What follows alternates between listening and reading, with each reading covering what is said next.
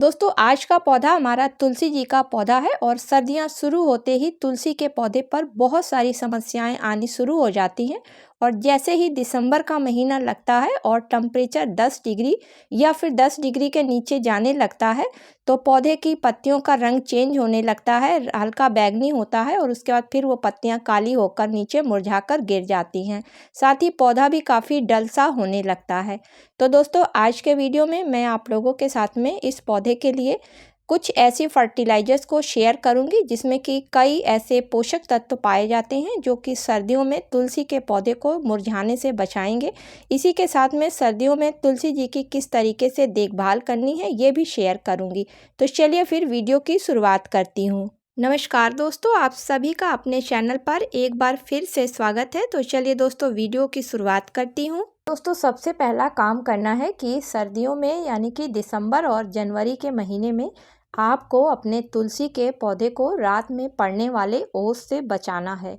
क्योंकि सर्दियों में जब रात को ओस गिरता है तो वो एक तरीके से बर्फ़ होता है और बर्फ़ जब इनकी पत्तियों पर या किसी भी पौधे पर पड़ता है तो पत्तियों की वेन्स को जमा देता है, जिसकी वजह से पानी का जो फ्लो होता है वो पत्तियों में रुक जाता है और पत्तियां पीली होकर नीचे गिरने लगती हैं।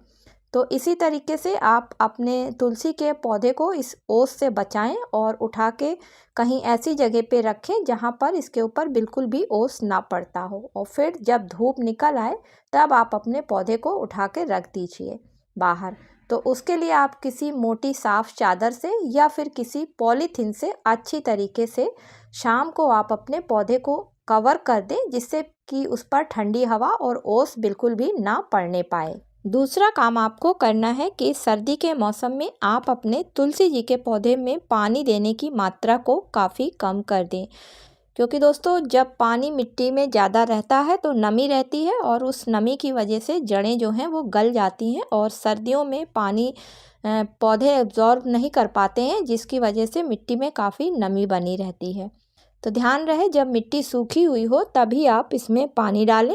इसके अलावा अगर आप पूजा का पानी इसमें डालते हैं तो बहुत कम मात्रा में डालें, क्योंकि अक्सर पूजा के पानी को सर्दियों में डालने से भी नमी होने की वजह से पौधा खराब हो जाता है। इसके बाद जो अगला काम आपको करना है तो आपको अपने तुलसी जी के पौधे पर जहाँ जहाँ भी मंजरी बनी हुई हैं उन सब को वहाँ से हटा देना है, क्योंकि मंजरी बन जाने पर पौधे की ग्रोथ वहीं से रुक जाती है। और जब किसी पौधे की ग्रोथ रुक जाती है और उस पौधे पर नई ग्रोथ नहीं शुरू होती है तो वो पौधा धीरे धीरे खराब हो जाता है। अब लास्ट में बात करते हैं कि तुलसी जी के पौधे को इस समय हमें कौन सी ऐसी फर्टिलाइज़र देनी है। तो दोस्तों डोरमेंसी पीरियड में गए हुए पौधों की ग्रोथ रुक चुकी होती है, इसलिए उनको इस समय ऐसी फर्टिलाइज़र्स दी जाती हैं जो कि मिट्टी में गर्माहट रखें और जड़ों को एक्टिव रखें। तो उसके लिए अगर आपका पौधा 10 इंच का है तो उसके लिए आप 1 चम्मच फ्रेश चाय की पत्ती को ले लें। तो यहाँ पर यूज़ करी हुई चाय की पत्ती का इस्तेमाल नहीं करना है, क्योंकि तुलसी जी का पौधा काफ़ी पवित्र पौधों में माना जाता है। और चाय की पत्ती में एक बहुत अच्छा एनपीके पाया जाता है, यानी कि इसमें नाइट्रोजन, फास्फोरस, पोटेशियम के साथ साथ बहुत से ऐसे माइक्रो न्यूट्रिएंट्स पाए जाते हैं जो कि मिट्टी में गर्माहट देने के साथ साथ पौधे में ग्रोथ को भी स्टार्ट रखते हैं। अब इसमें दूसरी चीज़ आप 1 चम्मच हल्दी पाउडर ले लें। तो दोस्तों हल्दी पाउडर में प्रोटीन, कार्बोहाइड्रेट, विटामिन ए के साथ साथ आयरन, कैल्शियम और एंटी फंगस जैसे गुण पाए जाते हैं। साथ ही इसकी तासीर भी काफ़ी गर्म होती है, इसलिए जब हम तुलसी के पौधे में इसका इस्तेमाल करेंगे तो प्रोटीन, कार्बोहाइड्रेट, आयरन और कैल्शियम की वजह से पौधे में काफ़ी मजबूती रहेगी।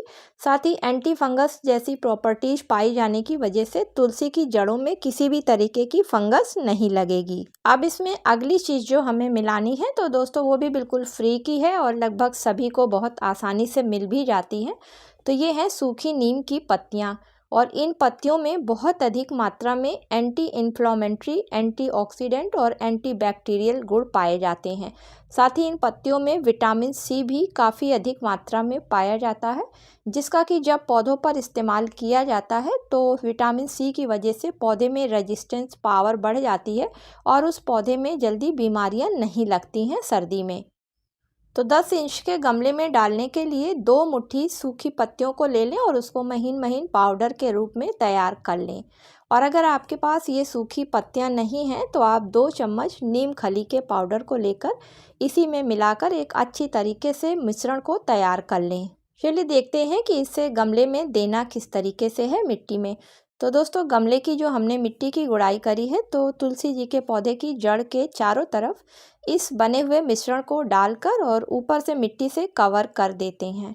और अगर मिट्टी काफ़ी सूखी है तो थोड़ा सा पानी डाल देते हैं, और अगर मिट्टी में थोड़ी सी भी नमी है तो पानी नहीं डालना है। तो दोस्तों, इन तीनों चीज़ों में काफ़ी अधिक गर्माहट पाई जाती है और इसके इस्तेमाल से पौधे की मिट्टी में काफ़ी गर्माहट रहेगी, जिसकी वजह से ठंड में तुलसी जी के पौधे की जड़ें खराब नहीं होने पाएंगी।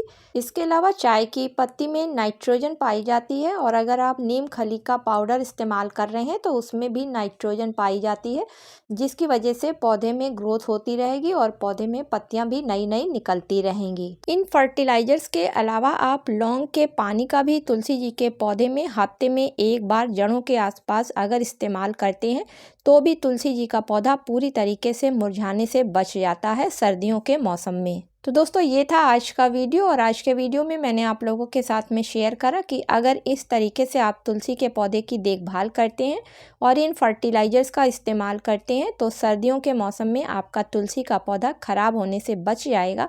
और जैसे ही फरवरी का महीना लगेगा और टेम्परेचर बढ़ने लगेगा तो तुलसी जी के पौधे पर फिर से एक नई ग्रोथ स्टार्ट हो जाएगी। उम्मीद करती हूँ कि आज का वीडियो आप लोगों को पसंद आया होगा। अगर दोस्तों पसंद आया हो तो इसे लाइक और शेयर करें।